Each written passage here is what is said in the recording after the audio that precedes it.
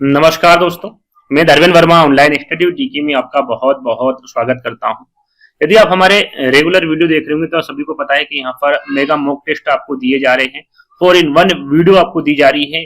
5 part हम upload कर चुके हैं, छठा पार्ट है, यानी कि आपको इस वीडियो में 4 in 1 का मतलब है कि गणित पेडागोजी, पर्यावरण पेडागोजी, हिंदी पेडागोजी और बाल विकास, इन सभी के 15-15 प्रश्न यहाँ पर आपको दिए जा रहे हैं। टोटल 60 प्रश्न आपको दिए जा रहे हैं। 5 पार्ट हम अपलोड कर चुके हैं, ये छठा पार्ट है। यदि इन 5 पार्टों को नहीं देखा है तो देख लीजिएगा, काफी इंपोर्टेंट प्रश्न है। यहाँ पर आपका टेस्ट लिया जा रहा है कि भाई इन 15 प्रश्नों में आपको कितने नंबर आ रहे हैं। तो शुरुआत करते हैं। यदि आपने वीडियो को अभी तक लाइक नहीं किया तो लाइक कर दीजिएगा, अच्छा लगे तो सब्सक्राइब कर दीजिएगा और कमेंट करके बता दीजिएगा, है ना। ये तीनों काम आपको कर लेना है यदि वीडियो थोड़ा बहुत भी आपको पसंद आता है तो चलिए शुरुआत करते हैं। चारों सब्जेक्ट के प्रश्नों के बारे में बात करेंगे। तो पहले बात करेंगे बाल विकास के बारे में। 15 प्रश्न यहाँ पर आपको बताए जाएंगे।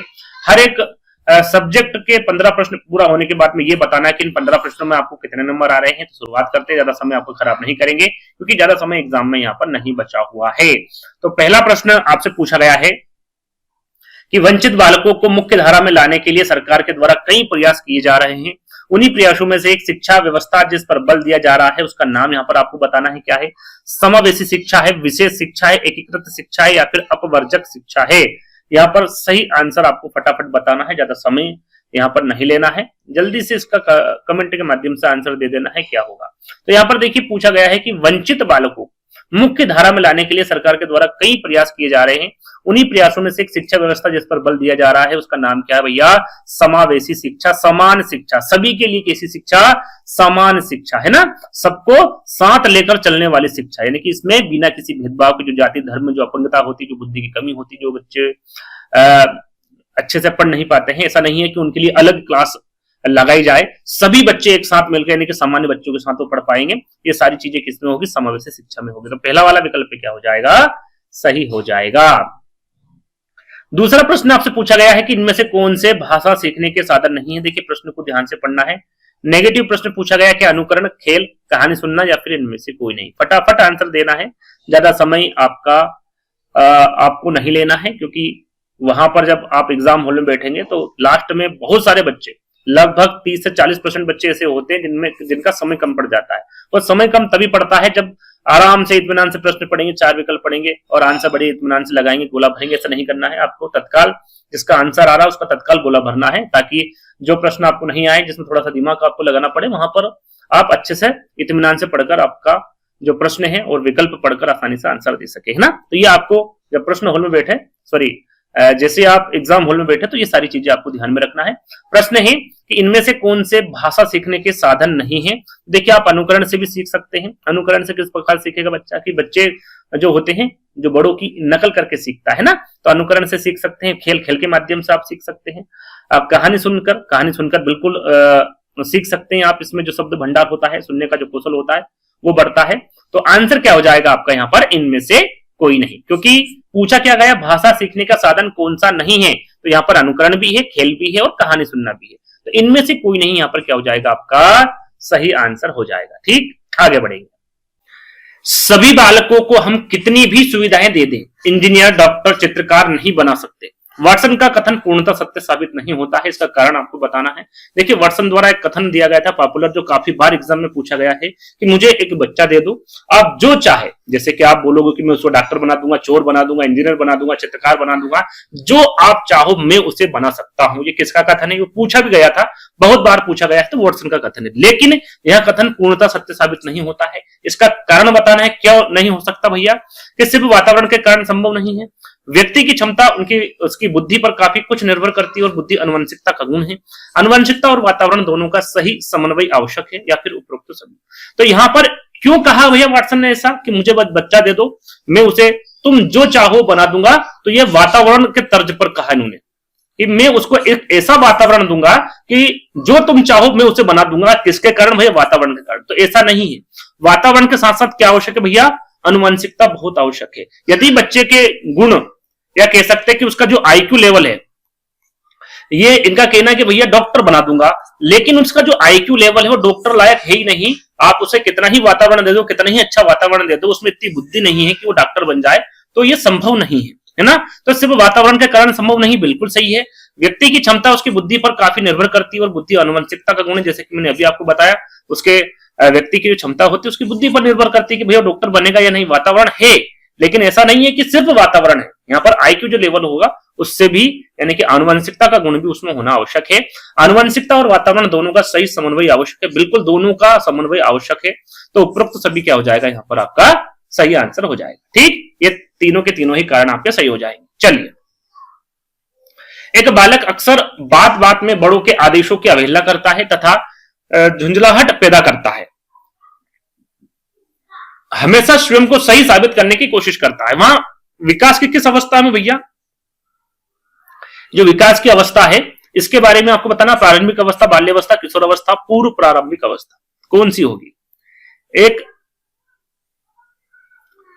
वैज्ञानिक है स्टेनली हॉल, कौन है भैया, स्टेनली हॉल। इनके द्वारा तूफान और तनाव की अवस्था बताई थी, कौन सी बताई थी, जल्दी से बताइए, कमेंट्स के माध्यम से आंसर बताइए। इसका फोर्थ का पहले है ना, उसके बाद हम इसका आंसर देखेंगे, उसके बाद इसके बारे में बात करेंगे। तो क्या हो जाएगा इसका सही आंसर भैया, किशोर अवस्था। कौन सी अवस्था हो जाएगी, किशोर अवस्था। तूफान और तनाव की अवस्था किसके द्वारा कहा गया, स्टेनली हॉल के द्वारा कहा गया, है ना। इनके द्वारा क्या कहा गया कि बच्चे जो है इस उम्र में अपनी अलग पहचान बनाना चाहते हैं, विद्रोह करता है बच्चा, माता पिता की बात काटता है, खुद को ज्यादा समझदार मानता है, इस अवस्था में अपनी स्वतंत्रता के लिए लड़ता है। ये सब कौन सी अवस्था में होता है, किशोर अवस्था में होता है। तीसरा वाला विकल्प क्या हो जाएगा, सही हो जाएगा। ठीक, अगला प्रश्न देखेंगे। बालक सबसे पहले सिर को उठाता है, फिर बैठना सीखता है, तत्पश्चात चलना सीखता है। सिद्धांत किसके अंतर्गत आता है, इसके बारे में काफी बार मैं बता चुका हूं। कौन सा है भैया, व्यक्तिक विभिन्नता का सिद्धांत है, विकास दिशा का सिद्धांत है, क्रमबद्धता का सिद्धांत है, या फिर सामान्य से विशिष्ट की ओर है, कौन सा है भैया। सही आंसर फटाफट बताइए। यहां पर देखिए, पहले सिर को उठाता है, फिर बैठना सीखता है और फिर वो चलना सीखता है। तो ये हो जाएगा आपका विकास दिशा का सिद्धांत, जिसे क्या कहा गया है, मस्तकाधोमुखी सिद्धांत भी कहा जाता है। कौन सा सिद्धांत कहा जाता है भैया, मस्तकाधोमुखी सिद्धांत कहा जाता है। इसमें बच्चा पहले अपनी गर्दन यानी कि सिर को संभालता है, फिर धड़ यानी कि बैठता है और अंत में पैर यानी कि चलना शुरू कर देता है। कौन सी अवस्था होगी, मस्तकाधोमुखी यानी कि विकास दिशा का सिद्धांत। बी वाला विकल्प आपका सही हो जाएगा। कुछ विशेष परिस्थिति में व्यक्ति की धारण शक्ति में अधिक खास होता है, निम्नांकित में से किस परिस्थिति में धारण शक्ति में सबसे अधिक खास होगा। जो विशेष परिस्थिति में व्यक्ति की धारण शक्ति अधिक खास होगा उसके बारे में बताना, किस परिस्थिति में होगा भैया। किसी विषय को सीखने के बाद समय बीतते जाने से, किसी विषय को सीखने के तुरंत बाद उसी के समान विषय का पाठ सीखने से, सीखे गए विषय या पाठ के मनोरंजक नहीं होने से, या फिर सीखे गए विषय या पाठ का निरर्थक होने से। तो फटाफट इसका सही आंसर बताइए भैया, क्या होगा। देखिए, छठे का सही आंसर होगा किसी विषय को सीखने के तुरंत बाद उसी के समान विषय का पाठ सीखने से। जैसे कि यहाँ पर हमने संस्कृत का कोई श्लोक पढ़ा या फिर कोई नियम याद कर लिया और उसके बाद में उसी प्रकार का यदि हिंदी का कोई नियम हम याद करते हैं तो कहीं ना कहीं हमारे दिमाग में खिचड़ी पक जाती है, कहीं ना कहीं हमारा जो धारण करने की जो शक्ति होती है उसमें हास होता है, लॉस हो जाता है ना। तो बी वाला विकल्प क्या हो जाएगा आपका, यहाँ पर सही हो जाएगा। ठीक, आगे बढ़ेंगे। अधिगम का सामाजिक तथा सांस्कृतिक सिद्धांत किसने दिया। सरल सा प्रश्न है, सभी को पता है, फटाफट इसका आंसर दीजिए भैया। बंडूरा है, जन पियाजे, वाइगोत्स्की या फिर उपरोक्त सभी है, जल्दी से बताइए।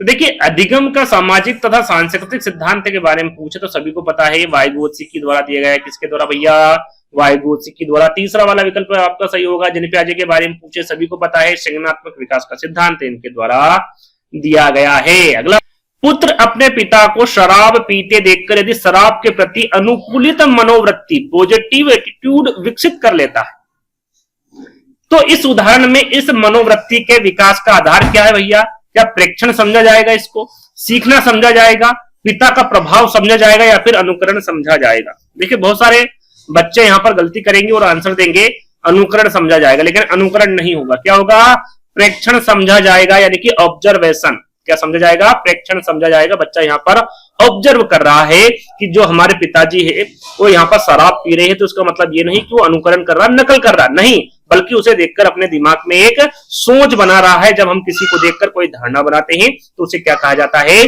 प्रेक्षण कहते हैं, यानी कि ऑब्जर्वेशन लर्निंग कहा जाता है। और ये किसके अनुसार कहा गया है? अल्बर्ट बंडूरा के सामाजिक अधिगम सिद्धांत के अनुसार इसे कहा गया है, या फिर ये इससे जुड़ा हुआ है। तो पहला वाला विकल्प आपका सही हो जाएगा।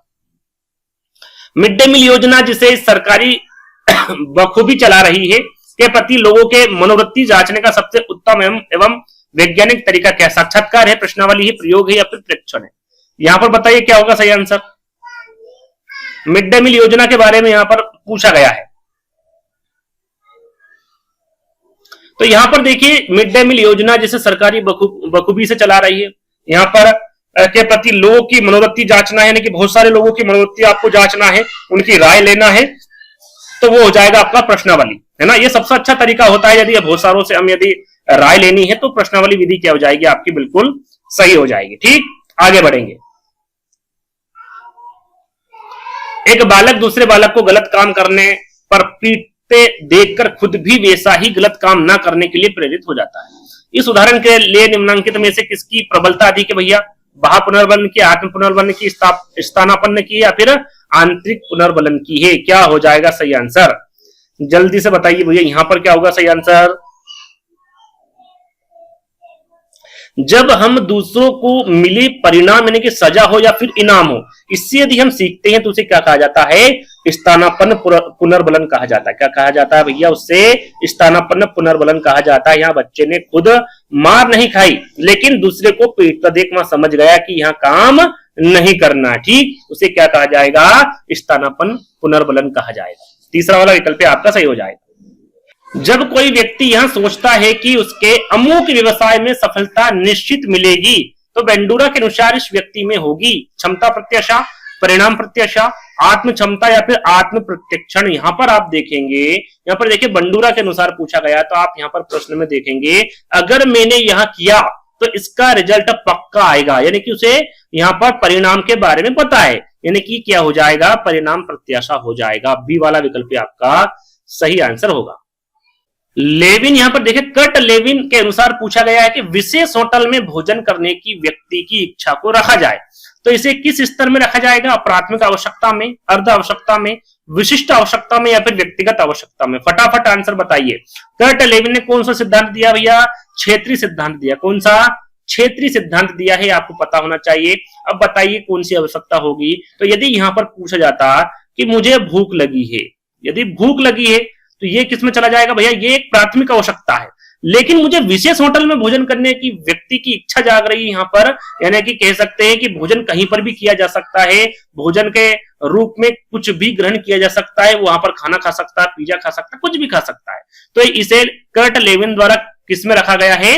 अर्ध आवश्यकता में रखा गया है। किसमें रखा गया भैया? अर्ध आवश्यकता में रखा गया है, क्योंकि ये शरीर की नहीं मन की मनोवैज्ञानिक जरूरत है। बी वाला विकल्प आपका सही हो जाएगा। चलिए अगला प्रश्न। व्यक्ति अपने भाग्य का विधाता स्वयं होता है, ना कि भाग्य उसका विधाता होता है। इस पंक्ति का सीधा संबंध किससे है? सीधा सीधा आपको बताना है कि यहाँ सृजनात्मक आत्मन से है, सामाजिक अभिरुचि से, उत्कृष्टता की कोशिश से, या फिर जीवन शैली से? फटाफट इसका आंसर बताइए किससे है। पहले सबसे पहले पता होना चाहिए ये जो कथन है किसका है, तो याद रखिएगा ये एडलर का कथन है। किसका कथन? पूछे कि ये किसका कथन है, तो एडलर द्वारा दिया गया कथन है। अब बताइए क्या होगा सही आंसर। तो देखिए यहां पर व्यक्ति अपने भाग्य का विधाता स्वयं होता है, ना कि भाग्य उसका विधाता होता है ना। इस उक्ति का सीधा संबंध होता है आपका सृजनात्मक आत्मन से होता है। किससे होता है? सृजनात्मक आत्मन से होता है। पहला वाला विकल्प आपका क्या हो जाएगा? सही हो जाएगा। सही हो जाएगा। उच्च वैधता यानी कि हाई वैलिडिटी के यहां पर बात की जा रही के लिए भी कुछ परिस्थितियों का होना अनिवार्य है। निम्नलिखित में से किस परिस्थिति का होना अनिवार्य नहीं है? देखिए यहाँ पर ध्यान से पढ़ना, प्रश्न को नेगेटिव प्रश्न पूछा गया है, उच्च वैधता के संदर्भ में पूछा गया है कि बहुत सारी परिस्थितियां होना आवश्यक है, लेकिन वो कौन सी परिस्थिति जिसका होना आवश्यक नहीं या फिर अनिवार्य नहीं है? क्या वो विभिन्न कठिनाई स्तर के एकांश है, एकांशों के बीच निम्न अंतर सह संबंध है, परीक्षण की पर्याप्त लंबाई है, या फिर प्रतिदर्शी की सीमित क्षमता है? सही आंसर क्या होगा? फटाफट बताइए। देखिए यहाँ पर उच्च वैधता की बात की जा रही है, हाई वैलिडिटी की बात की जा रही है, तो इसमें सीमित क्षमता नहीं होनी चाहिए। ये एक तरह की वैधता के लिए विविधता होनी चाहिए, ना कि सीमितता होनी चाहिए। तो सीमित क्षमता यानी कि जो प्रतिदर्शी की सीमित क्षमता है ये नहीं होना चाहिए। यदि कोई टेस्ट आप ले रहे हैं या फिर कोई एग्जाम आप ले रहे हैं, तो ऐसा नहीं है कि जो होशियार बच्चे हैं उसी को आप इस टेस्ट में रखें और बाकी जो कमजोर बच्चे उन्हें छोड़ दें। यदि आप ऐसा करेंगे तो आप जो टेस्ट ले रहे हैं, जो एग्जाम ले रहे हैं, उसकी सही जांच नहीं हो पाएगी। सही जांच कब होगी? जब सभी बच्चों को आप समान रूप से अवसर देंगे टेस्ट में, एग्जाम में ना, चाहे वो कमजोर वर्ग का हो या फिर होशियार बच्चा हो। तो इसी की यहाँ पर बात की जा रही है। तो सही आंसर क्या हो जाएगा यहाँ पर? प्रतिदर्शक की सीमित क्षमता हो जाएगी। ठीक, अगला और अंतिम प्रश्न है इस बाल विकास का। 15 प्रश्न में कितने नंबर आ रहे हैं ये जरूर बताइएगा। विज्ञान एवं कला प्रदर्शनियों, संगीत एवं नृत्य प्रस्तुतियों तथा विद्यालय पत्रिका निकालने के लिए है। ये विद्यालय का नाम रोशन करने के लिए है क्या? विभिन्न विषयों के लिए विद्यार्थी को प्रशिक्षित करने के लिए है, अभिभावकों को संतुष्ट करने के लिए है, या फिर शिक्षार्थियों को सृजनात्मक मार्ग उपलब्ध कराने के लिए? विज्ञान एवं कला प्रदर्शनियां, संगीत यानी कि जो आपकी पढ़ाई से हटकर यहाँ पर बात की जा रही है, जैसे कि विज्ञान एवं कला की बात की जा रही है, प्रदर्शनी की बात की जा रही है, संगीत एवं नृत्य प्रस्तुति की बात की जा रही है। तो इससे क्या होगा? शिक्षार्थियों को सृजनात्मक मार्ग उपलब्ध कराने में मदद होगी, है ना। तो डी वाला विकल्प क्या हो जाएगा आपका? सही हो जाएगा। तो बाल विकास के 15 प्रश्नों में आपको कितने नंबर आ रहे हैं ये जरूर बताइएगा। अब बात कर लेते हैं गणित पेडागोजी की। गणित पेडागोजी के यहाँ पर 15 प्रश्न मिलेंगे। इन 15 प्रश्नों में आपको कितने नंबर आएंगे ये जरूर कमेंट के माध्यम से बताइएगा। तो शुरुआत करते हैं। एक गणित शिक्षक में गुण कौन कौन से होने चाहिए? अभिव्यक्ति की सुस्पष्ट एवं विविध रूप होना चाहिए, उत्साह एवं उपलब्धिजनक व्यवहार होना चाहिए, सारांश प्रस्तुत करने की क्षमता होनी चाहिए, या फिर उपरोक्त सभी होना चाहिए। क्या होना चाहिए? तो एक गणित शिक्षक के गुण के बारे में पूछा जा रहा है यहाँ पर। तो एक अच्छे शिक्षक को अपनी बात साफ साफ समझानी आनी चाहिए, उसे पढ़ाने का जोश होना चाहिए, और अंत में पूरे पाठ का निचोड़ निकालने की कला भी उसमें क्या होनी चाहिए, यानी कि अभिव्यक्ति की संतुष्टि एवं विस्तारोप, उत्साह एवं उपलब्धिजनक व्यवहार और सारांश प्रस्तुत करने की क्षमता। क्या हो जाएगा सही आंसर? उपरोक्त सभी हो जाएगा। अगला प्रश्न, गणितीय संकल्पनाएं एवं सिद्धांत होते हैं, समय सापेक्ष होते हैं, स्थान सापेक्ष होते हैं, समय निरपेक्ष होते हैं, या फिर समय एवं स्थान निरपेक्ष होते हैं। गणितीय संकल्पनाएं एवं सिद्धांत किस प्रकार के होते हैं? फटाफट आंसर दीजिए, ज्यादा समय आपके पास नहीं है, फटाफट आंसर दीजिए। देखिए, चाहे भारत हो, अमेरिका हो, या कोई सा देश हो, यदि आप ये जोड़ेंगे 2 × 2 तो कितना होगा? वो 4 होगा, हमेशा होगा। आज जोड़ेंगे, कल जोड़ेंगे, 10 साल बाद जोड़ेंगे, 20 साल बाद जोड़ेंगे, 100 साल बाद जोड़ेंगे। यानी कि कहने का मतलब है ना तो इसका समय परिवर्तित होगा, ना ही इसका स्थान परिवर्तित होगा। तो गणितीय संकल्पना एवं सिद्धांत कैसे होते भैया? समय एवं स्थान निरपेक्ष होते, ना इनका समय परिवर्तित होता है कभी, ना ही स्थान परिवर्तित होता है। तो डी वाला विकल्प क्या हो जाएगा आपका? सही हो जाएगा। आगे बढ़ेंगे। निम्नलिखित में से सत्य कथन का आपको चयन करना भैया। सत्य कथन कौन सा है? यहाँ पर छात्रों में अन्वेषण की प्रवृत्ति विकसित करने के लिए पाठ्य पुस्तक अनिवार्य है क्या? गणितीय अध्ययन में पाठ्य पुस्तक का योगदान नगण्य है? गणित का शिक्षण बिना पाठ्य पुस्तक में होना चाहिए क्या? या फिर उपरोक्त में से कोई नहीं? फटाक से आराम से देना है, लेकिन ऐसा नहीं है कि आराम से देने का मतलब यह है कि प्रश्न आराम से पढ़े, 4 विकल्प आराम से पढ़े। यहाँ पर ऐसा है कि प्रश्न को आपको ध्यानपूर्वक पढ़ना, विकल्पों को ध्यानपूर्वक पढ़ना, उसके बाद आंसर देना है। तो क्या होगा इसका सही आंसर भैया? तो यहाँ पर देखिए, छात्रों के अन्वेषण की प्रवृत्ति विकसित करने के लिए पाठ्य पुस्तक अनिवार्य। यहाँ पर देखिए, अन्वेषण यानी खोज की बात की जा रही है, तो खोज के लिए पाठ्य पुस्तक की जरूरत नहीं होती है ना, इसमें गतिविधियां और वातावरण की जरूरत होती है। तो पहला वाला विकल्प क्या हो जाएगा आपका? गलत हो जाएगा। ठीक, गणित अध्ययन में पाठ्य पुस्तक का योगदान नगण्य होता है क्या? नगण्य नहीं होता है। किस प्रकार का होता है? एक महत्वपूर्ण साधन है ये। गणित क्या है? महत्वपूर्ण साधन, ना कि नगण्य। गणित का शिक्षण बिना पाठ्य पुस्तक के होना चाहिए क्या? ऐसा होता है क्या? नहीं होना चाहिए, पाठ्य पुस्तक होनी जरूरी है ना। तो तीसरा वाला विकल्प तो वैसे ही गलत हो गया। तो सही आंसर क्या हो गया भैया? सत्य कथन के बारे में पूछा था। अब आप देखेंगे ना तो पहला सही, ना दूसरा, ना तीसरा, तो कौन सा हो जाएगा? उपरोक्त में से कोई नहीं है ना। इस प्रकार से प्रश्न भी आपसे पूछे जाते हैं प्रश्न आपके प्रश्न पत्र में, ध्यान दीजिएगा। तीसरे का डी वाला विकल्प यहाँ पर क्या हो जाएगा? सही हो जाएगा। आगे बढ़ेंगे। उदाहरण, निरीक्षण, नियमीकरण एवं परीक्षण किस विधि के पद है भैया? ये खोज, प्रयोगशाला, निगमन या फिर आगमन? फटाफट आंसर दीजिए, क्या हो जाएगा सही आंसर?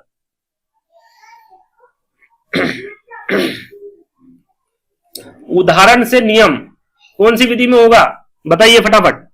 उदाहरण से नियम कौन सी विधि हो जाएगी? आगमन विधि। इसमें क्या हो जाएगा? उदाहरण से नियम की ओर बताता है, यानी कि ये उदाहरण के नियम की ओर चलता है आगमन विधि। इसमें पहले कहीं उदाहरण दिए जाते हैं, बच्चे उसका निरीक्षण करते, फिर एक नियम बनाया जाता है। तो क्या हो जाएगा आपका? आगमन विधि यहाँ पर करेक्ट आंसर हो जाएगा। चलिए आगे बढ़ेंगे। गणित शिक्षण में अभ्यास से मदद मिलती है अधिगम स्थानांतरण के वृद्धि करने में, समस्या के हल की समझ बढ़ाने में, किसी समस्या के शीघ्रता तथा गति से कार्य करने में, या फिर सैद्धांतिक ज्ञान का उपयोग करने की क्षमता का विकास करने में। क्या होगा सही आंसर पांचवे का?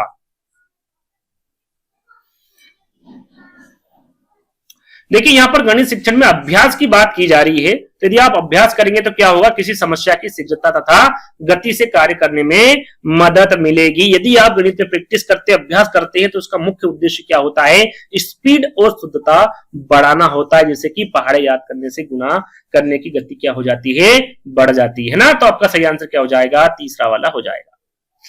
पाठ योजना लेसन प्लान के बारे में यहां पर पूछा जा रहा है कि 5 सोपान किसके द्वारा दिए गए, हर्बर्ट के, जॉन डीवी के, स्पेंसर के, या फिर किलपैट्रिक के। पाठ योजना के बारे में बात की जा रही है, पंचपदी प्रणाली या फिर प्रस्तावना, प्रस्तुतिकरण, तुलना, सामान्यकरण, प्रयोग। कुछ याद आया? 5 सोपान कौन कौन से? प्रस्तावना, प्रस्तुतिकरण, तुलना, सामान्यकरण और प्रयोग। किसके द्वारा? पाठ योजना के 5 सोपान हर्बर्ट के द्वारा। किसके द्वारा भैया? हर्बर्ट के द्वारा। पहला वाला विकल्प आपका सही हो जाएगा। अगला प्रश्न है, किसी राज्य की समृद्धि गणित की उन्नति एवं विकास पर निर्भर करती है। कथन के बारे में पूछा गया है कि ये कथन किसके द्वारा दिया गया है, किसका मानना है? रोजर बेकन का मानना, नेपोलियन का, आर्यभट्ट का, या फिर रामानुज का। क्या होगा सही आंसर? सही आंसर हो जाएगा आपका नेपोलियन। किसी राज्य की समृद्धि गणित की उन्नति एवं विकास उसी पर निर्भर करती है, ये किसका मानना है? नेपोलियन का मानना है। बी वाला विकल्प आपका सही हो जाएगा। राष्ट्रीय पाठ्यचर्या की रूपरेखा 2005 यानी कि एनसीएफ 2005 की बात की जा रही है। इसमें यहां उल्लेख किया गया है कि गणित शिक्षा महत्वाकांक्षी, सुसंगत और रिक्त स्थान होनी चाहिए। कैसी होनी चाहिए? अर्थपूर्ण होनी चाहिए, व्यवहारिक होनी चाहिए, महत्वपूर्ण होनी चाहिए, या फिर संज्ञानात्मक होनी चाहिए। किस प्रकार की होनी चाहिए भैया? तो याद रखिएगा, जो गणित शिक्षा होगी वो महत्वाकांक्षी, सुसंगत और महत्वपूर्ण होनी चाहिए। कैसी होनी चाहिए? महत्वपूर्ण होनी चाहिए। तीसरा वाला विकल्प आपका सही हो जाएगा। गणित की लंबी आकृति से तात्पर्य क्या है? एक संकल्पना पर दूसरी संकल्पना बनाना, गणितीय खेलों का सृजन करना, गणित पुस्तकों की सहायता लेना, या फिर उपरोक्त सभी। क्या होगा सही आंसर?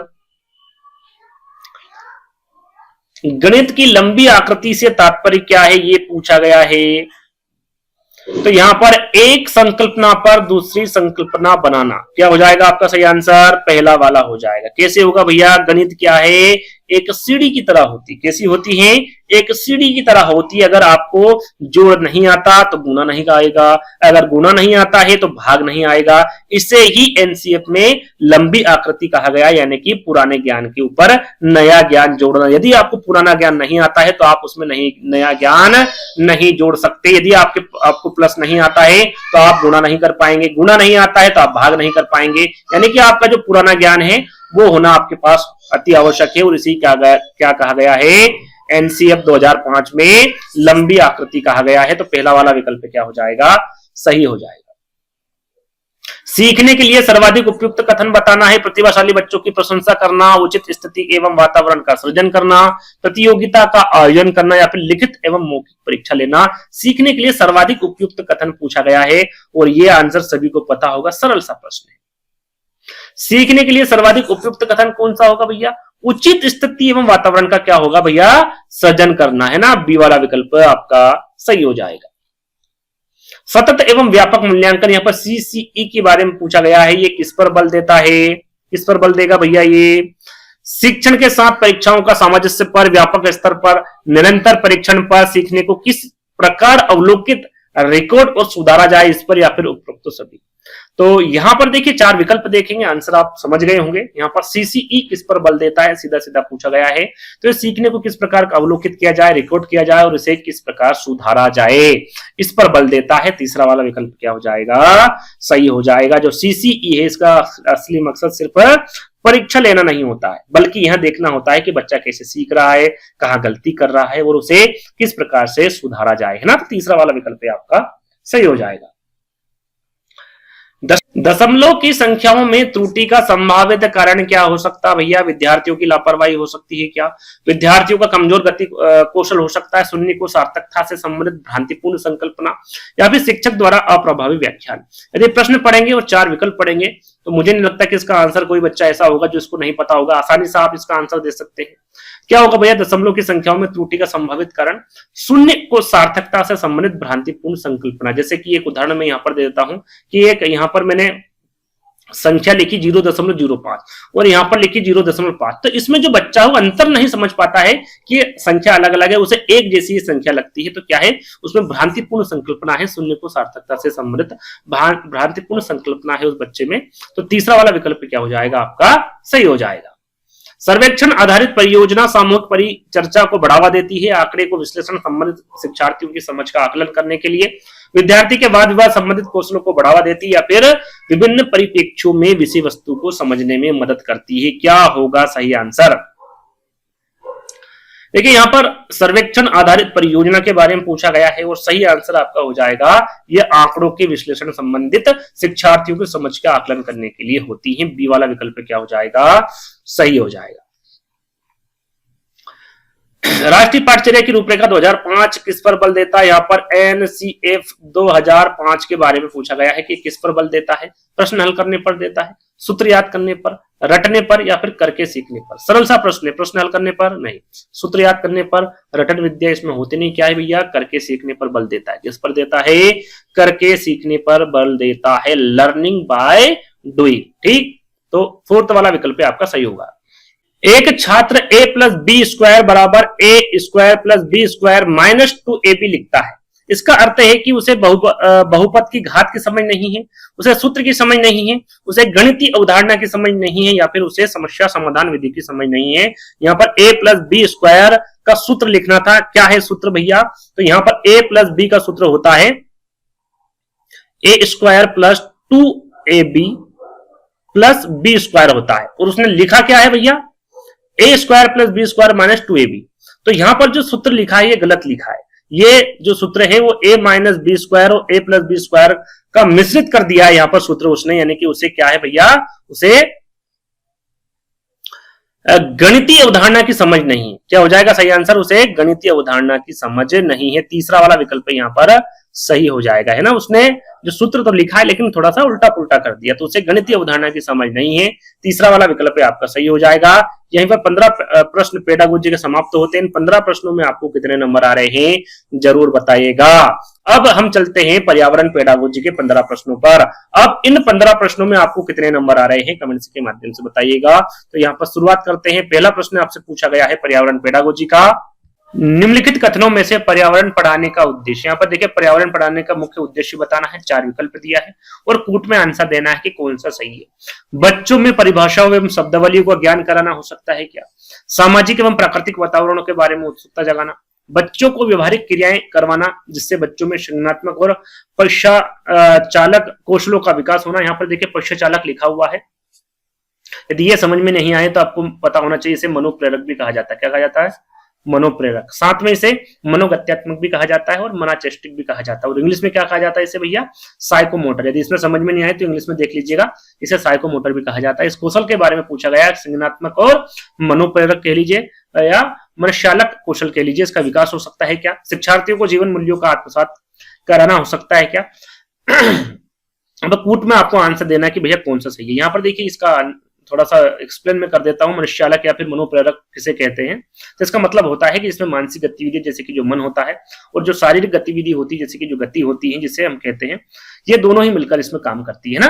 तो यहाँ पर हम बात करेंगे पर्यावरण पढ़ाने के उद्देश्य के बारे में। तो आई होप आपने आंसर दे दिया होगा। तो हम देख लेते हैं इसका सही आंसर क्या होगा। बच्चों में परिभाषा और शब्दावली का ज्ञान नहीं, देखिए पर्यावरण अध्ययन की बात यहाँ पर की जा रही है तो उनको परिभाषाओं के माध्यम से हम नहीं पढ़ा सकते। तो पहला वाला विकल्प आपका क्या हो जाएगा? गलत हो जाएगा। सामाजिक और प्राकृतिक वातावरण के बारे में उत्सुकता जगाना बिल्कुल पर्यावरण का मुख्य उद्देश्य होता है। बच्चों को व्यवहारिक क्रियाएं करवाना, बिल्कुल व्यवहारिक क्रिया करवा सकते हैं। साथ में सृजनात्मक और जो मनोप्रेरक कौशल होते हैं इसका विकास आप करा सकते हैं। शिक्षार्थियों में जीवन मूल्यों का आत्मसात कराना, यह भी पर्यावरण पढ़ाने का मुख्य उद्देश्य होता है। तो इसके अनुसार दूसरा, तीसरा और चौथा कहां पर है? दूसरा, तीसरा और चौथा बी वाले विकल्प में है और यही क्या हो जाएगा? आपका सही आंसर हो जाएगा। ठीक, आगे बढ़ेंगे। प्राथमिक स्तर पर पर्यावरण की शिक्षिका ऐश्वर्या, इसको थोड़ा सा मैं एडजस्ट कर लेता हूं पहले, हाँ ठीक है। प्राथमिक स्तर पर पर्यावरण की शिक्षिका ऐश्वर्या प्रसाद को बच्चे बहुत पसंद करते हैं क्योंकि वे बच्चों को खूब कहानियां एवं कविता सुनाती है। जो बच्चों को आनंद प्रदान करती है। कहानियां और कविता के से बच्चों में किसका विकास होता है? प्राथमिक स्तर के बारे में बात की जा रही है। यदि आपको पर्यावरण की शिक्षा देना है तो कहीं ना कहीं जो कहानियां होती हैं या फिर जो कविताएं होती हैं उसके माध्यम से आप अच्छे से उस बच्चों को सिखा सकते हैं और बच्चे आसानी से उसे याद भी कर सकते हैं ना। तो क्या कारण हो सकता है भैया, क्या विकास होगा? सॉरी, भाषिक एवं सांस्कृतिक विविधता का विकास होगा, अवलोकन कौशल का विकास होगा, संसार की प्रकृति को खोजने और कल्पना करने की योग्यता का विकास होगा, या फिर सहयोग की भावना का होगा। तो सरल सा प्रश्न है, 4 विकल्प पड़ेंगे, आंसर आप दे सकते हैं आसानी से। आंसर क्या हो जाएगा आपका? संसार की प्रकृति को खोजने और कल्पना करने की योग्यता का विकास होगा, क्योंकि कहानियां बच्चों को उस दुनिया में ले जाती है जो उन्होंने नहीं देखी है, जिससे उनकी कल्पना शक्ति का क्या होता है? विकास होता है। तीसरा वाला विकल्प क्या हो जाएगा आपका? सही हो जाएगा। सिन्नी नायर पहले ट्रेन से केरल में स्थित अपने गांव गई। अपने गांव से वे अपनी मौसी के घर फेरी से गई। तत्पश्चात वे हवाई जहाज से सिंगापुर घूमने गई। वापिस आकर उन्होंने बच्चों को अपनी यात्रा के विभिन्न टिकट दिखाए।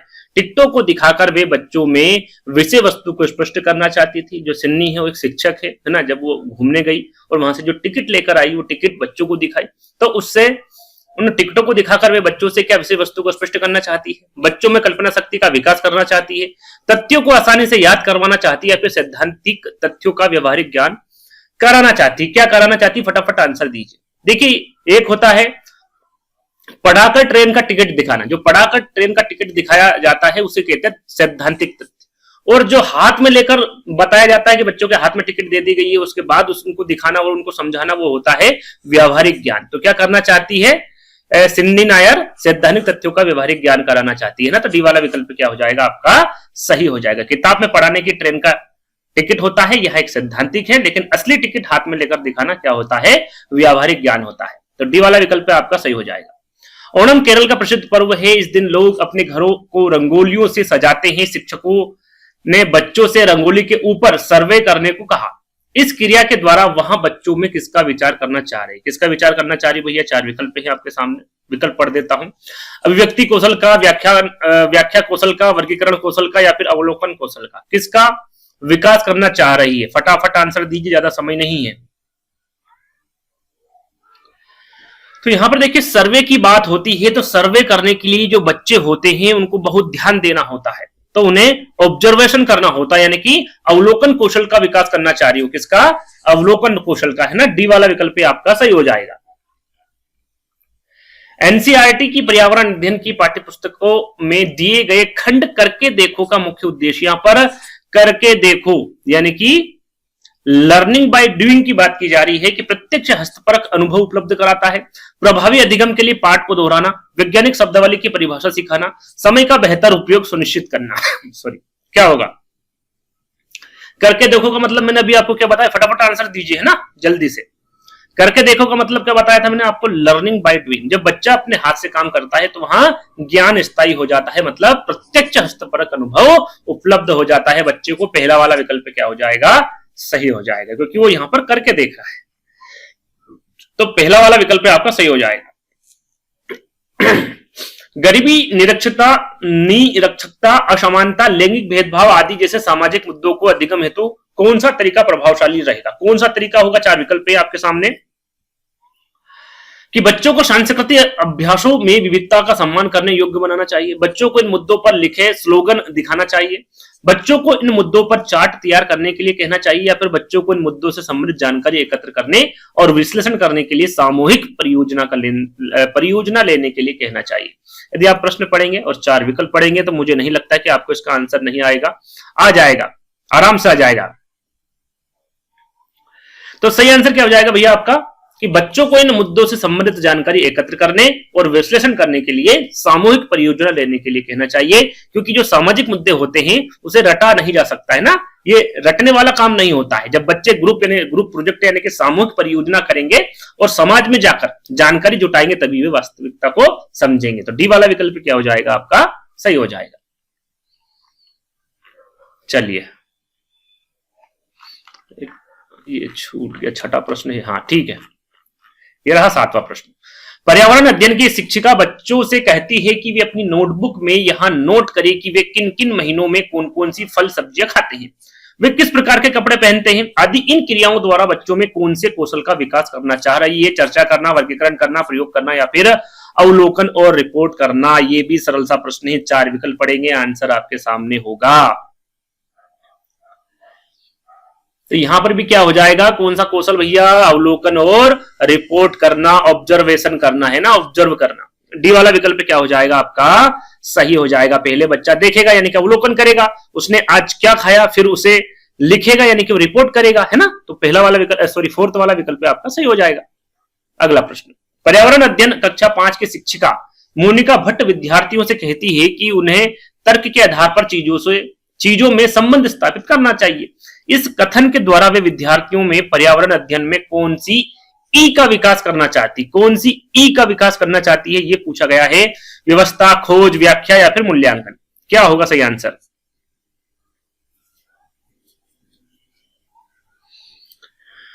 तो यहां पर देखिए सॉरी, कौन सा ई का विकास, तो ई यहां पर देखेंगे सभी में ई लगा हुआ है, लेकिन यहां पर बात की जा रही है कि पर्यावरण अध्ययन कक्षा 5 की शिक्षिका मोनिका भट्ट विद्यार्थी से कहती है कि उन्हें तर्क के आधार पर चीजों में संबंध स्थापित करना चाहती है। इस कथन के द्वारा विद्यार्थियों में पर्यावरण अध्ययन में कौन सा ई का विकास करना चाहती है, तो वो करेगी भैया व्याख्या का। किसका करेगी, व्याख्या। तीसरा वाला विकल्प क्या हो जाएगा आपका, सही हो जाएगा, एक्सप्लेन, है ना, व्याख्या, ई फॉर एक्सप्लेन। तीसरा वाला विकल्प आपका सही हो जाएगा।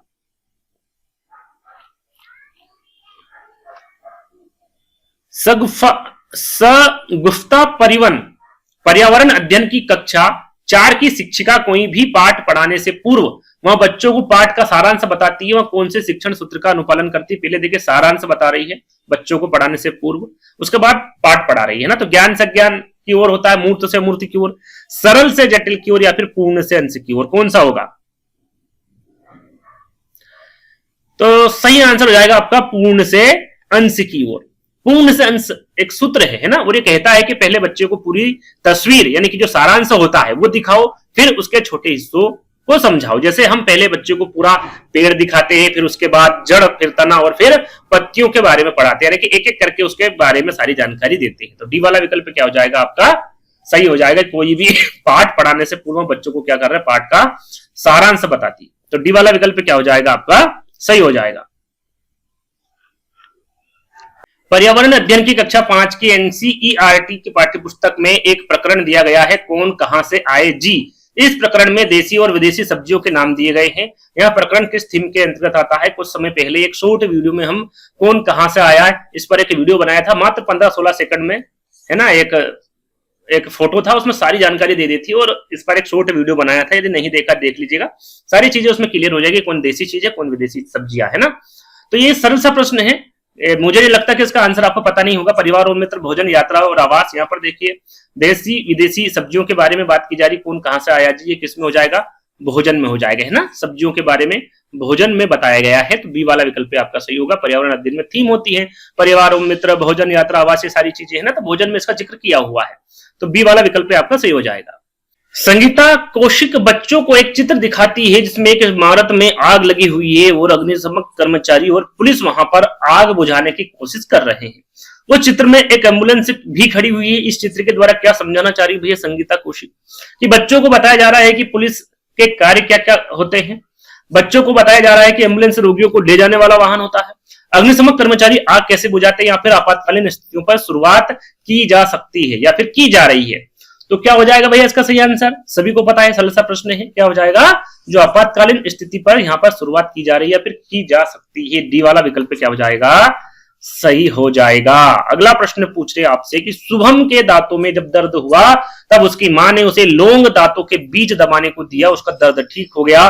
जब शुभम के दोस्तों के दांतों में दर्द हुआ तब उसने उसे सलाह दी कि वह लौंग अपने दांतों के नीचे रख ले। शुभम का ज्ञान किस शिक्षण सूत्र पर आधारित है, प्रत्यक्ष से अप्रत्यक्ष, सरल से जटिल, विश्लेषण से संश्लेषण या फिर अनुभव से तर्क की ओर। सरल सा प्रश्न है, 4 विकल्प पड़ेंगे, आंसर आपके सामने होगा। क्या होगा आंसर, जल्दी से बताइए। जैसे कि यहां पर प्रश्न में स्पष्ट रूप से दिया गया है, मां ने बच्चे को बताया, बच्चे ने अपने दोस्तों को बताया, यानी कि अनुभव, उसको क्या हुआ, मां ने बताया तो उसको अनुभव हुआ, अनुभव से तर्क की ओर आपका क्या हो जाएगा, सही आंसर हो जाएगा।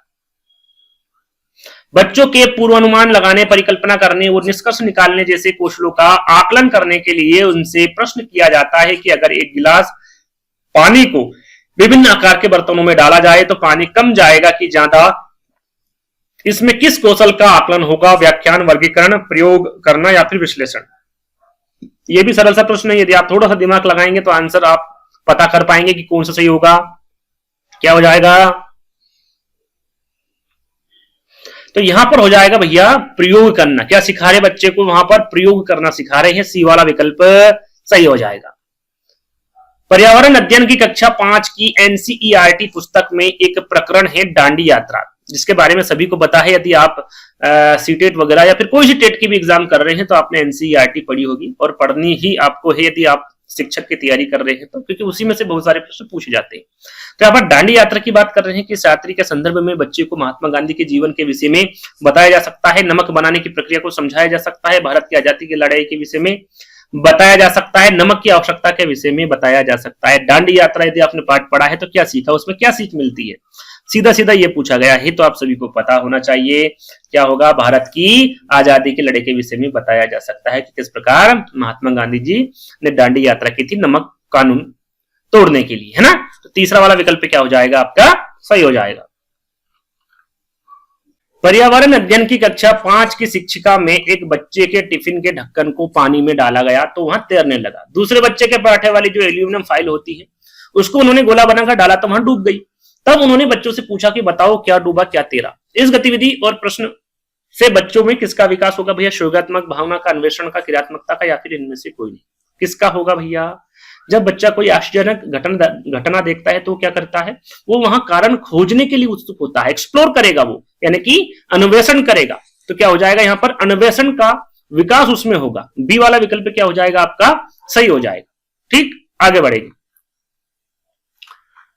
हाँ, ये 15 प्रश्न आपके पर्यावरण के यहीं पर समाप्त होते। इसमें कितने नंबर आ रहे कमेंट्स के माध्यम से बताइएगा। अब बात करेंगे हिंदी पेडागोजी के 15 प्रश्न। तो हिंदी पेडागोजी का पहला प्रश्न आपसे पूछा गया है कि प्राथमिक स्तर पर जब विद्यार्थी अध्यापक द्वारा पूछे गए प्रश्नों का उत्तर लिखित या मौखिक कौशल के रूप में देता है तो इससे उद्देश्य प्राप्त करने में सहयोग मिलता है। प्राथमिक स्तर पर विद्यार्थी अध्यापक द्वारा पूछे गए प्रश्नों का उत्तर लिखित या मौखिक कौशल के रूप में देता है तो क्या होता है? इससे उद्देश्य प्राप्त करने में सहयोग मिलता है, इससे प्रधानाचार्य की कमियों का पता चलता है, इससे विद्यालय की कमजोरी और कमियों का पता चलता है, या फिर उपरोक्त तो सभी। सरल सा प्रश्न है। प्रश्न और 4 विकल्प पढ़ेंगे ना, आंसर आपके सामने होगा। फटाफट इसका आंसर बताइए। तो यहां पर सही आंसर होगा इसके उद्देश्य प्राप्त करने में सहयोग मिलता है। यानी कि जब बच्चा उत्तर देता है तो शिक्षक को यह पता चलता है कि उसने जो पढ़ाया है वह बच्चे को समझ में आया है फिर या नहीं आया, है ना। तो पहला वाला विकल्प क्या हो जाएगा? सही हो जाएगा। इससे उद्देश्य प्राप्त करने में सहयोग मिलता है, तो पहला वाला विकल्प आपका सही हो जाएगा। पठन शिक्षण कौशल की प्रमुख विधियां निम्न है। कौन सी भाई पठन शिक्षण कौशल की प्रमुख विधियों के बारे में पूछा गया? अनुकरण विधि, साहचर्य विधि, समुच्चय विधि या फिर उपरोक्त सभी। कौन सा होगा? तो यहां पर देखिए पठन शिक्षण की बात की जा रही है, पढ़ने रीडिंग की बात की जा रही है, तो यहां पर क्या हो जाएगा? अनुकरण विधि, साहचर्य विधि और समुच्चय विधि। ये तीनों ही विधि पठन कौशल की प्रमुख विधियां हो जाएगी। यहाँ पर पढ़ने को सिखाने के लिए ये सारे तरीके अपनाए जाते हैं। अनुकरण विधि, शिक्षक बोलता है, बच्चा पीछे पीछे बोलता है। साहचर्य विधि, चित्र व शब्द को जोड़कर सिखाया जाता है, जैसे कि का से कबूतर वाला चित्र वाला सिस्टम है ना, वो किसमें होता है?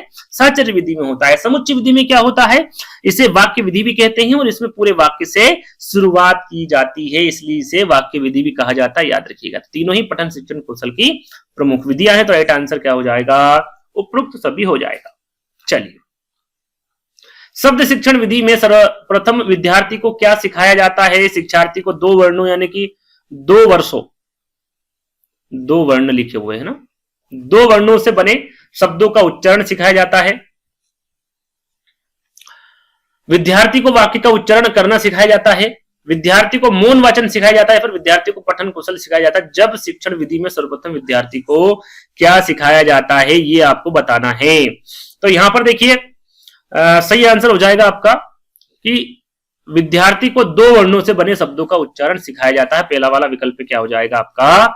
सही हो जाएगा। ठीक, चलिए अगला प्रश्न। भाषा शिक्षण में श्यामपट्ट को शिक्षण साधन सामग्री के किस समूह के अंतर्गत किया जा सकता है? देखिए, श्यामपट्ट के बारे में, ब्लैक बोर्ड के बारे में पूछा गया है। दृश्य साधन है, श्रव्य साधन है, दृश्य श्रव्य साधन है, या फिर उपरोक्त में से कोई नहीं। सरल सा प्रश्न है, फटाफट आंसर दीजिए, क्या होगा? यहाँ पर श्यामपट्ट की बात की जा रही है। तो यदि आप श्यामपट्ट को देखेंगे, ब्लैक बोर्ड को देखेंगे, तो उसे सिर्फ आप देख सकते हैं ना, सुन नहीं सकते श्यामपट्ट को। यदि टीवी होती तो उसे हम सुन भी सकते, देख भी सकते, लेकिन यहाँ पर श्यामपट्ट की बात की गई तो श्यामपट्ट को सिर्फ हम क्या कर सकते हैं? देख सकते हैं। तो यहाँ पर दृश्य साधन हो जाएगा, पहला वाला विकल्प आपका सही हो जाएगा। भाषा शिक्षण की कक्षा में रवीश एक होनहार विद्यार्थी है जिसके द्वारा कक्षा में बार बार प्रश्न पूछे जाते हैं। अध्यापक होने के नाते आप उन्हें लगातार प्रश्न पूछने के लिए प्रोत्साहित करना चाहिए, उन्हें डांट कर बैठा देना चाहिए, उन्हें शांत रहने और कोई प्रश्न न पूछने के लिए कहना चाहिए, या फिर विद्यार्थी की उपेक्षा करेंगे। सरल सा प्रश्न है, ज्यादा कोई बड़ी बात नहीं है, सारे बच्चे इसका आंसर सही दे सकते हैं। क्या हो जाएगा भैया? भाषा शिक्षण की कक्षा में रवि से एक होनहार विद्यार्थी है ना, जिसके द्वारा कक्षा में बार बार प्रश्न पूछा जा रहा है, तो लगातार प्रश्न पूछने के लिए उसे क्या करना चाहिए? प्रोत्साहित करना चाहिए। पहला वाला विकल्प आपका सही हो जाएगा। प्राथमिक स्तर की कक्षा तीसरी में सुनीता कक्षा में भाग लेने में संकोच करती है, तो आप सुनीता से केवल तब प्रश्न पूछेंगे तब वहां उसके उत्तर देने के लिए उत्साहित हो। उससे प्रश्न नहीं पूछेंगे, जिन प्रश्नों के उत्तर वह दे सकती है केवल उन्हीं प्रश्नों को पूछेंगे, या फिर सुनीता के प्रश्न पूछने पर उसे डांट देंगे। क्या होगा छठे का आंसर? देखिए, यहां पर ध्यान देना है कि वो प्राथमिक स्तर पे है और कक्षा तीसरी में है ना, तो इसको देखते हुए आप क्या करेंगे?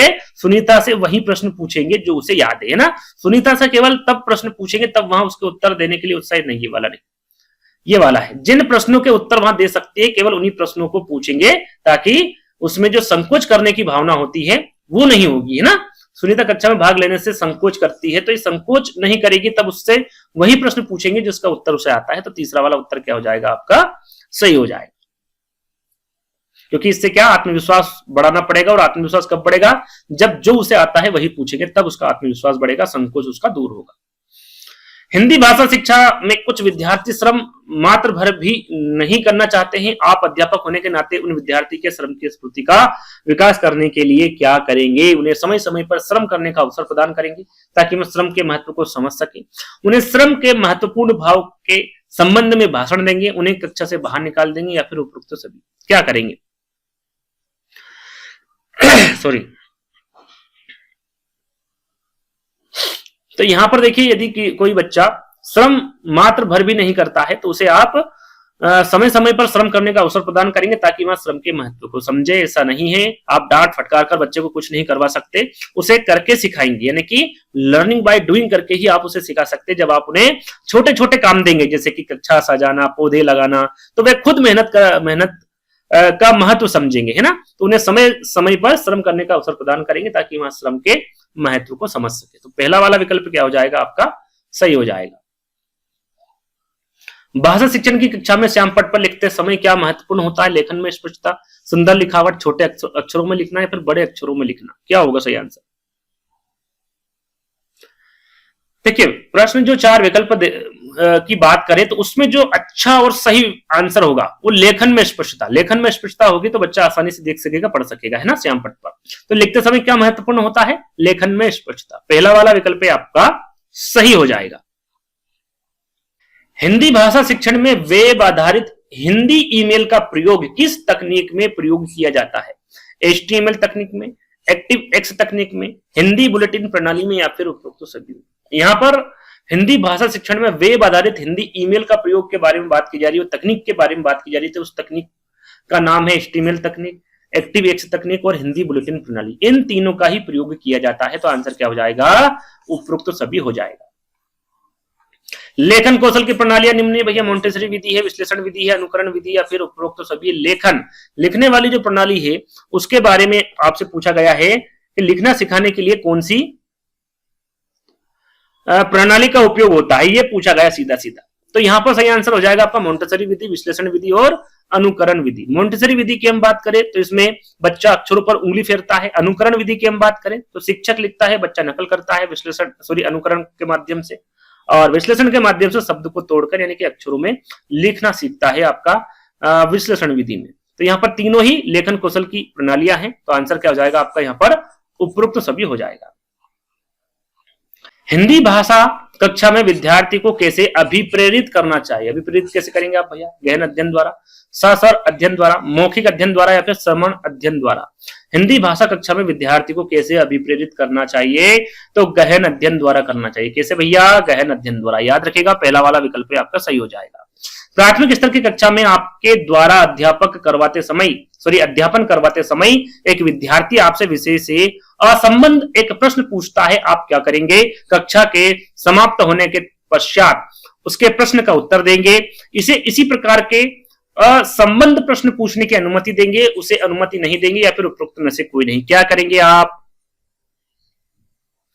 यहां पर देखिए, प्राथमिक स्तर के बारे में बात की जा रही है कि कक्षा में आपके द्वारा अध्यापन करवाते समय एक विद्यार्थी आपसे विषय में असंबद्ध एक प्रश्न पूछता है, यानी कि उस विषय के बारे में नहीं पूछता है, अलग से प्रश्न पूछता है। तो आप क्या करेंगे?